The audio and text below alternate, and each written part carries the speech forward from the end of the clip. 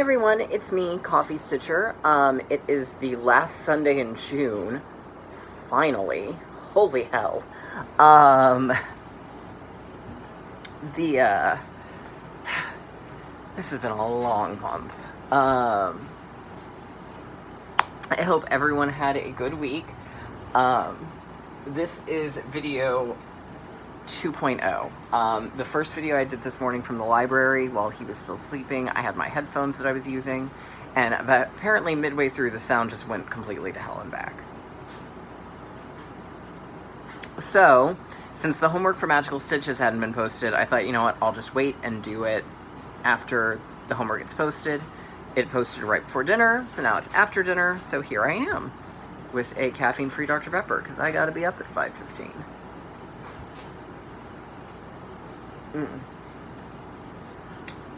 So I do apologize. I hope I didn't worry anyone too greatly that I hadn't made it. We've got Q&A, we've got a little haul, we've got a finish, we've got plans, and we've got homework. Whee! Okay. Sorry, I'm kind of hyper today, apparently. Alright.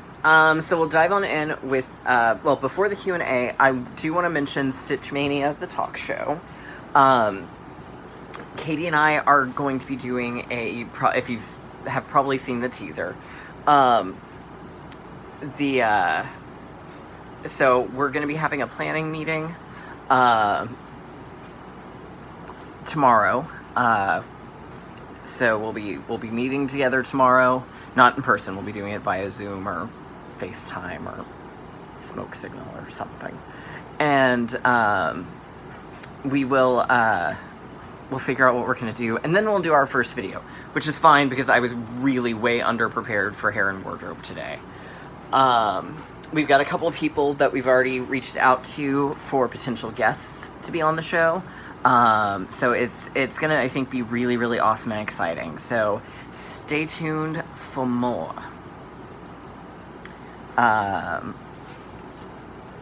Alright, so moving right along. Q&A. So the first question comes from Lisa O, who asks, who is the designer for Fairy Tale Favorites? And the answer to that is Shannon Christine of Shannon Christine Designs. It was in Cross Stitcher magazine last year, so 2019 for the SAL. I know she will be releasing it on its own eventually as a full chart. I don't know when that is. My assumption is, I know generally it's 6 months after publication for a designer is allowed to release a chart on their own. But since this was a stitch along, I don't know if that's got to be 6 months from the date it ended or not. Or if it's longer because it was a stitch along. So my guess is it might be as early as next month, but it could be a little ways on down the road. I genuinely don't know. But that's who designed it. Jessa Adair says, help a Sista out on stitching with Krynic or any other metallic thread. They make me want to poke my eyes out and run from the building. So, kind of the same thing most people tend to say. A larger eye needle is always good, especially if it's a thread that's really bad to ravel. Smaller lengths. Normally, I'll do a length like this for cotton, but I tend to do about that much for metallic. Some people will use like thread magic, thread wax, beeswax, etc. I personally don't, because I'm always worried that the beeswax is eventually going to dull the shine. So I just tough it on out.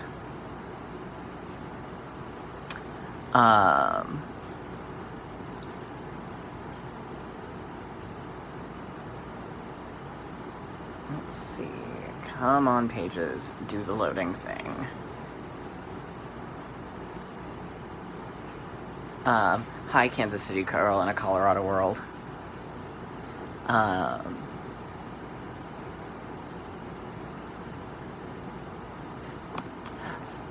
Colorful Colorist asks, what sort of books does my husband like? Well, his favorite author is Stephen King. But he reads a pretty wide range of stuff. He's currently reading Outlander, but he's also rereading The Talisman. He does a lot of like YA reading, especially if it's something that's real popular with his students, so he has an idea of what's going on. But yeah, he kind of reads a pretty good conglomerate, where I'm very, very particular in my reading. For me, it usually has to either be something like the Oz books, really classics in general, or trashy celebrity tell-all novels. Or not novels, biographies. I like those a lot.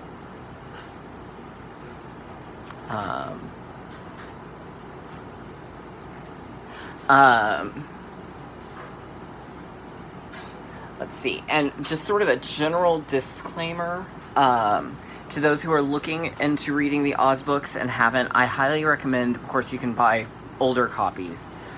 If you're going to buy a newer copy, I personally would avoid some of the omnibus editions out there. They usually have no illustrations, and it's like 3 to 5 to, in some cases, all 14 of Baum's books in one volume, so it to me, that hampers the reading experience. So if you can, and get them from the library, if you don't want to purchase them, the Books of Wonder editions are the ones I would pursue. For a couple of reasons. They're as close to the original editions as you're going to get today at a decent price. They also made a few edits for content. Primarily in Patchwork Girl of Oz, they replaced a song. There's a living Victrola record player that sings one of those sort of My Black Mammy sort of songs that wasn't okay then, isn't okay now. So it was replaced with just a generic, like, turn-of-the-century song. And they also deleted one or two illustrations that were definitely racially insensitive. One thing which someone did make a comment about, the Oz books really and truly it's remarkable how little problematic content there is, especially in Baum's books, which were all published between 1900 and 1920.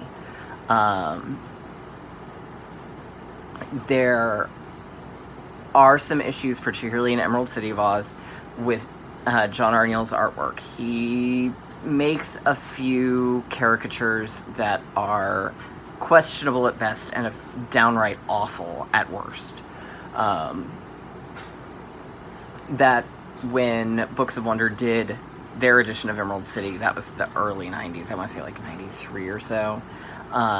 So it wasn't taken out then, in large part because it was still okay. It wasn't, but society wasn't as aware of how not okay it was. So that's my personal recommendation there. I don't want to say drama because that's not the right word. The controversy with Baum arises from two articles that he published in the newspaper in South Dakota when he lived in Aberdeen, South Dakota. One of them specifically calls for the genocide of Native Americans. Because they were newspaper articles before 1900, they didn't resurface until the late 90s, early 2000s, or at least somewhere right in there, which means we have no one who was alive firsthand who knew Baum, knew the articles, and knew what the actual intent behind them was. There's one very strong argument that it was meant to be satirical, but you can make an equally strong argument that it's not satirical, and probably a fairly decent argument in between for, I think it was meant to be satirical, but it's not very good satire, so it doesn't come off, and it may have had some basis in fact. The truth is, we don't have a way to judge it. What he says is deplorable and horrifying. And it was deplorable and horrifying then. And it has not gotten any better in the intervening 130-ish years. Thank God. So that is something to bear in mind, but in the Baum books themselves, you don't see that. That doesn't come out. It doesn't come up. Or at least it's something I've never personally picked up on, and most scholars haven't. And I did a fairly recent reread. There is one book in the series, it's the 15th book, that is sometimes attributed to Baum, and that's because he died. The publishers got a new writer, and instead of doing the... I don't necessarily want to say it was the smart thing. What they did was to sort of smooth the transition. They said that, well, this was a book Baum was working on, and from his notes, Ruth Plumley Thompson finished it out. Fact of the matter is, no. It's 100% Ruth Plumley Thompson. It has some offensive stereotyping of Chinese people and Asian people in general. I would recommend skipping that book. There's literally nothing that happens in it that's worth knowing down the line. Just no. That one's a problem. But in terms of the Baum 14, that they're actually surprisingly free of that. So, anyhow, little soapbox there. Moving right along. Steph B asks, where can I find the Quakers you are working on? Those are the ones that are the fairy tale Quakers. So Quaker Oz, Quaker Peter Pan. Those are by Ori TM. You can get them at just about any LNS and online. I know Fire Poppies has them. They're awesome. So go check out Fire Poppies. The sort of Quakerish Atlantis that I'm doing, that's by Owl Forest Embroidery. It's available through Owl Forest Embroidery's website, and they're in Russia. Amanda Coons has two questions. The second question, which is about a motif on Quaker Oz between the hot air balloon and the tornado, that will be answered in a little bit. But your first question, is it the wool Gentle Arts that you get, and how do you use it? 1/2, and for texture difference. The answer is yes to all of the above. It is Gentle Arts. You do one strand at a time, normal length, and just 1/2. If you're going to be on 36 or 40 count, I would recommend doing only the top stitch for your cross, whatever direction that is, because it'll be too bulky otherwise. But I really like using it, especially for things like hair. Hair or fur. It does give a nice little extra of texture. So I like it. And I find it fairly easy to work with.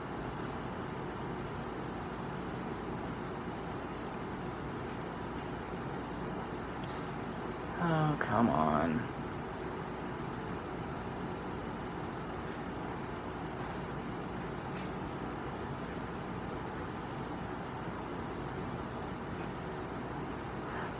Gina Gorshuk, yes, those glasses are Tiffany. They are the fanciest thing I own. EJ Creates says, I love the fabric that you're using for Secret Garden. Was that a fabric of the month? For the record, I'm using Brown Sugar from Under the Sea Fabrics. And no, it's actually it might have been once, but it is part of her main line. I got it in a grab bag of miscellaneous fabrics. And I really, really love it.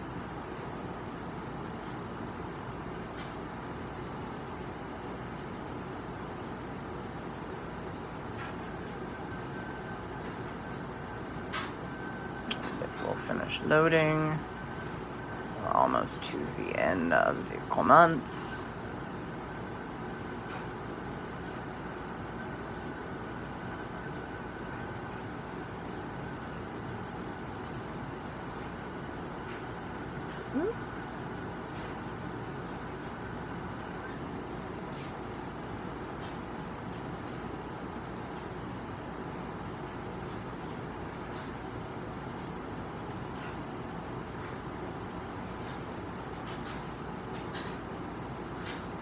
Okay, Sylvia W. asks, how do you take your coffee? How do you do I have a preferred coffee brand? And do I have? So, I take my coffee with a little bit of milk and a little bit of natural sugar. little bit more sugar when I'm at work because I have to have Keurig coffee, and that's disgusting. And when it comes to coffee brands, I'm not overly picky. I don't like Dunkin' Donuts at all. Where I tend to get picky is what type of coffee it is. I like dark roasts. So I like my dark roasts. But yeah, I don't care for Dunkin' Donuts or McDonald's coffee for that matter. They're both too. Okay.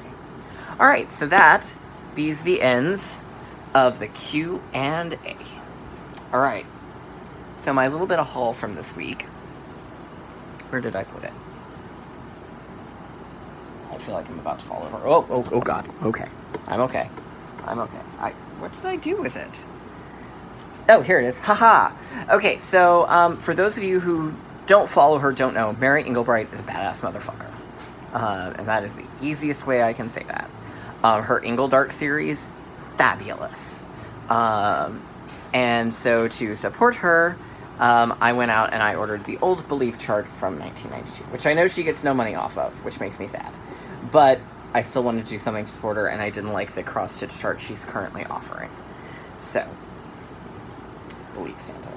Which, yes, I did actually start one that was in her holiday book, but I didn't like the orientation of that quite as well. I liked this one better. But there we go. And I'll be doing a different one to start with because I did not have a fabric for that. But that's okay. I do have to pick up a couple of DMC colors. So that means Fire Poppies, I'm coming for you after I get paid. Because I be broke. I need like 6 DMCs. These things do happen. Alright, so moving right along. In search of good times and good news. I'm really hyper, apparently. I apologize for this, y'all. Alright, so first things first, I'll show the finish because I worked on it for a couple of different things. I finished out my extra credit, which I'd already done last week. And then I used it for this week's prompt of work on your favorite whip and why. And you did it too. Ta-da! Quaker Oz is done in all its Quakerlicious glory. So the motifs by name, starting with the heart, we've got Tin Man's heart, the farmhouse in the tornado, the scarecrow's hat, the hot air balloon, the lion's face, the Emerald City, a rainbow, Tin Man's hat, a crow, a flying monkey. Some strange pattern that I've still not quite figured out what is, but I think it's supposed to be part of Dorothy's dress, an apple tree, a water bucket, obviously the Yellow Brick Road, which, if you notice, the rainbow and the Yellow Brick Road make a Z, and then there's the ring around Emerald City to be an O. All the different little people that I talked about last week.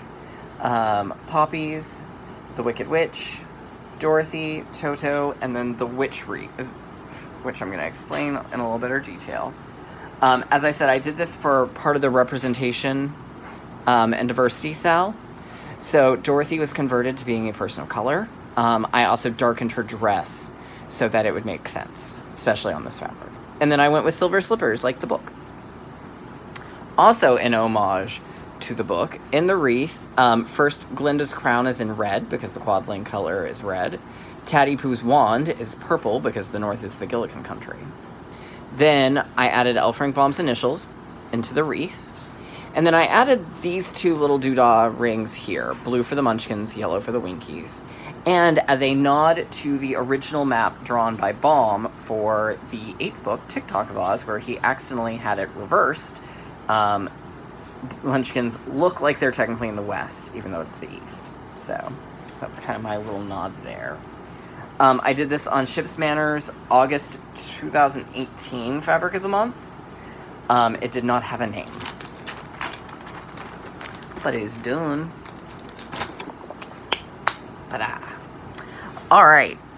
So, for the first part of the week, one of the projects we were supposed to work on was to work on something that brings out the best in you. So I worked on it that day, and I worked on it yesterday to get it finished and meet my monthly goal, which was to finish out the border of Literary Alice. This is on the natural polka dot from Fabric Flare, using Gentle Arts primarily. I used Island Blue for the sort of blue-green color, and then a sulky blendable number 712. Or maybe it's 4055. I'm not really entirely sure which. I don't know how to read their numbers. But that's the blue I'm using. So we will have a finish on this one next month, because I just have the faces, and those won't take me very long.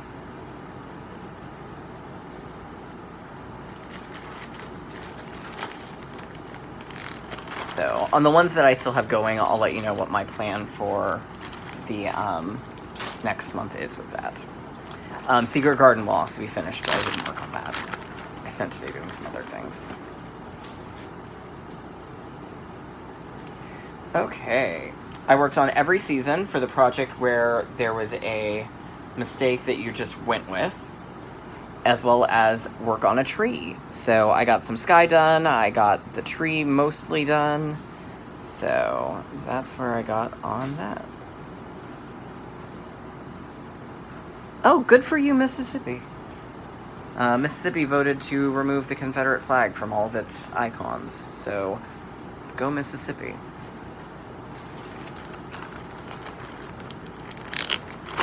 Okay, so my plan still next month is to finish out every season. It's going to get 500 stitches in this week for one of the homework assignments, where we have to stitch on something you would find in a video game. And there are seasons in video games, as well as trees, water, boats, the sun. There's one of the Mario, I think it's Mario 3, where the sun actively tries to kill you. And actually, stylistically, it looks a little bit like Paper Mario for the N64 and the first... No, I guess there was only one on the GameCube. Those are both very good games. Alright, and then on the project that has something we want to protect, I worked on Adventure Awaits because we need to protect our planet. So here is Africa.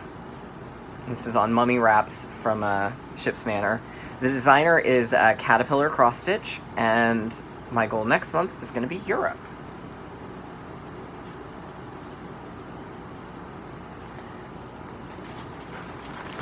Alright.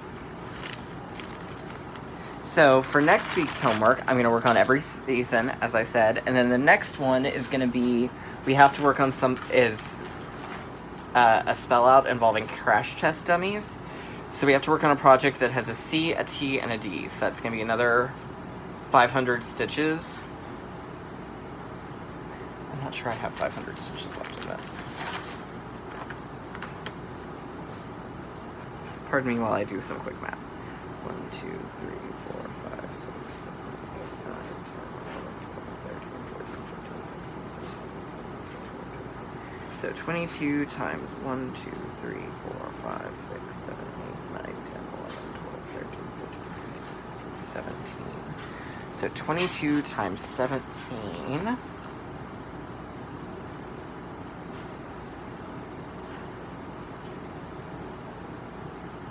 Where is my calculator? There it is.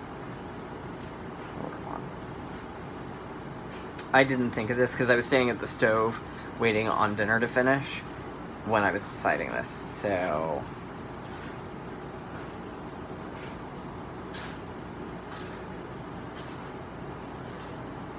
That's 374. And then I've got 1, 2, 3, 4, 5.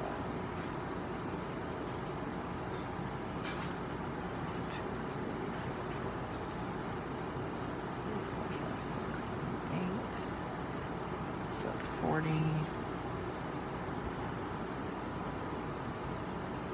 Oh, we might just scrape by. 1, 2, 3, 4, 5, 6, 7, 8, 9, 10, 11, 12, 13, 14, 15, 16.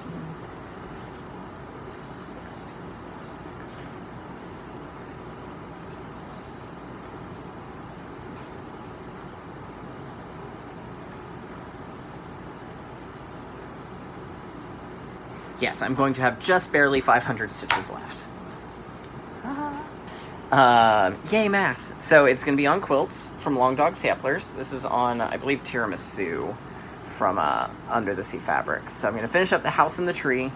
That'll put me right at 500 stitches and a page finish. Yay! Yay! So the C is going to be for the church, which is up here. The T is going to be for all the various different trees. And D is for the dogs. There's also C for carriage. Because that may actually not be a church. That might be a school. I'm not really sure what that is. So we're going to go with C for carriage. C is for carriage. That's good enough for me. The most boring Muppet ever. Carriage monster.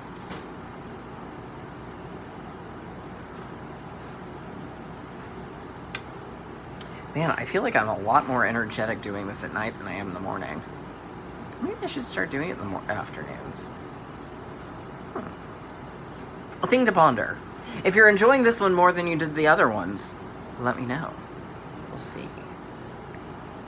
Okay, so on to the rest of the plans for July. So Secret Garden I said was a finish. Literary Alice is going to be a finish. Every season, the plan is to finish out summer. Adventure Awaits, the plan will be Europe.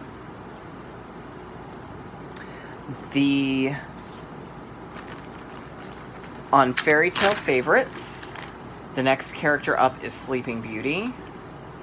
So I will be working on her. She's right there. This is what they look like in full, in case you've forgotten.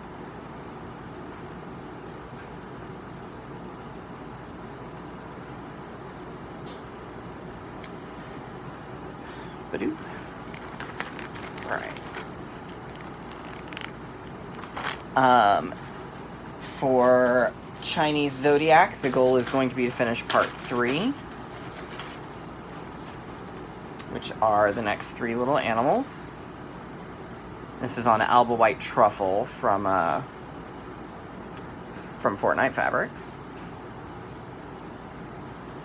which my fabric of the month will be arriving tomorrow. Which I do want to take a quick moment, give it a shout out to all of our hand dyers out there who have had to ride the struggle bus with the suppliers. They deserve a lot of credit for being able to keep up as well as they have. So, you know, please remember, y'all, with all that is still going on and continuing to get worse, that they are doing everything they can to get their pretty things to us. So a shout out to all of them. Strawberry Fields. I fell short of this one, of a goal on this one. I wanted to work on it twice. It only got once. But this is on Winterbrook from Under the Sea Fabrics. Blackbird Designs is the designer. So my goal is still two assignments.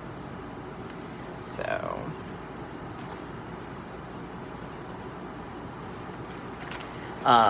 that being said, I need to go through the extra credit was posted.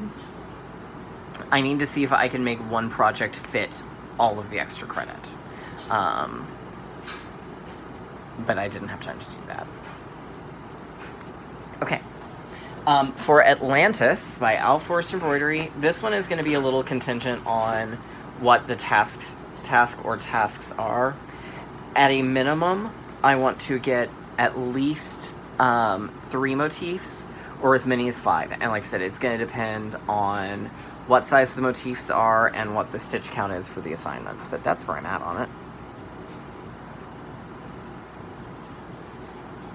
So, alright. Then, last but not least, we have a restart planned and a new start. So the restart is going to be Black Cat Hollow from Barbara Anna Designs. This is one I started a while back, and I started it on Crystal Heritage from Picture This Plus, and all of the green got lost on it. And I went doing my best Muttley impression, and put it away.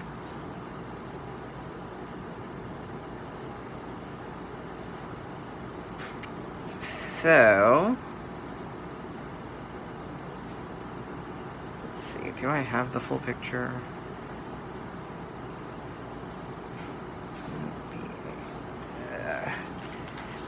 This is one that I got from Creative Poppy, and it makes me have to input a password.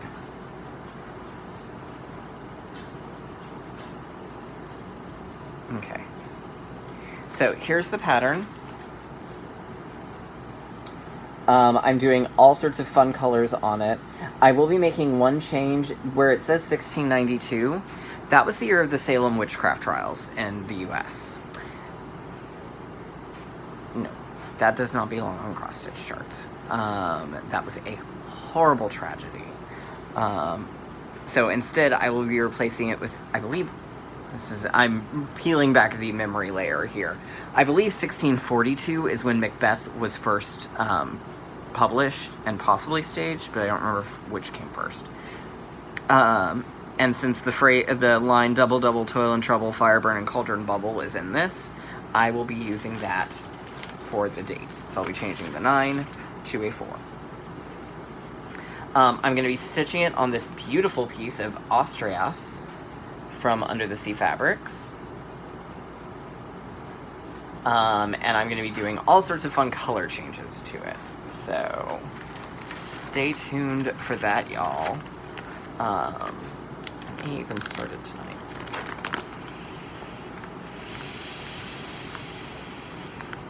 Or I may read Secret Garden, because I need to get caught up in my reading there. Alright, so then the other new start that I've got planned, it's the one that I've got to get some, get the rest of the DMC for, is a Mary Englebright. It is her There's No Place Like Home sampler. So this is what it looks like.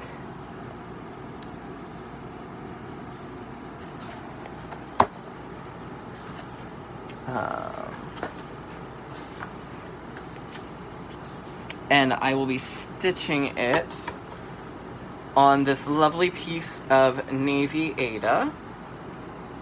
This is French Blue. So, and this is fairly close to it color-wise. So I'll be stitching it on this, that way I can not have to stitch all that navy blue. So,